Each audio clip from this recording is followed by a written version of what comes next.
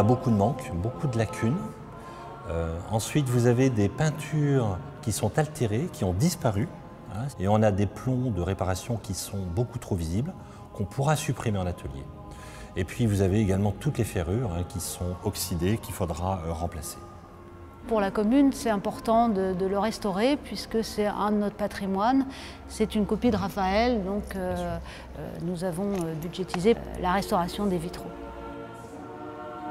Bon, bah écoutez, je pense qu'on sera prêt début d'année prochaine pour commencer les travaux. Oui, oui. Les églises du Sommerois sont garnies de vitraux du 19e siècle. Donc aujourd'hui, dans notre atelier, on restaure un patrimoine de vitraux 19e siècle, essentiellement. Des vitraux qui proviennent des ateliers Fournier, des ateliers Lobin, qui étaient installés à Tours, ou des ateliers qui étaient installés à Angers, atelier Portereau, atelier Ménien, etc. Donc finalement aujourd'hui, à travers notre pratique de restauration, eh bien, on préserve ce patrimoine et on continue la pratique qui existait à cette époque-là.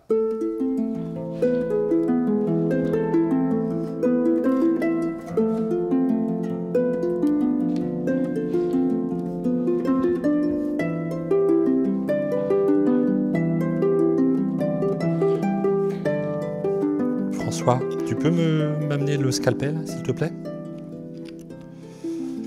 Merci.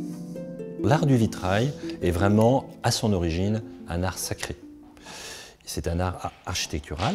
Il est là pour fermer une fenêtre et magnifier en même temps la lumière. Donc vous aviez la lumière extérieure et à l'intérieur du bâtiment, à l'intérieur de l'édifice sacré, la lumière est magnifiée, transformée par les verres de couleur et les personnages qui peuvent être dessinés.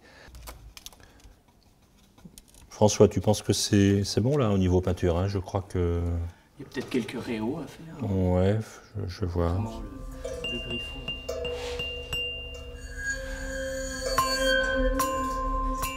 Je vous disais tout à l'heure, j'étais très attaché à ce patrimoine, à sa préservation.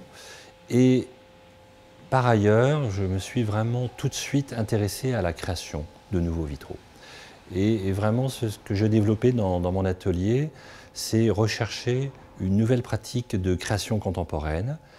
Et j'ai découvert des techniques comme le thermoformage, la fusion de verre, il y a maintenant de cela plus de 20 ans. Et tout de suite, j'ai senti qu'il y avait quelque chose à faire avec ces techniques qui sont complémentaires avec l'art du vitrail. Et là, j'ai découvert ce que l'on pouvait faire aujourd'hui avec cet art ancestral qu'est l'art du vitrail. Et là, c'était vraiment une révélation pour moi. Je me suis dit, mais effectivement, on peut s'exprimer encore aujourd'hui avec cet art qui est très ancien.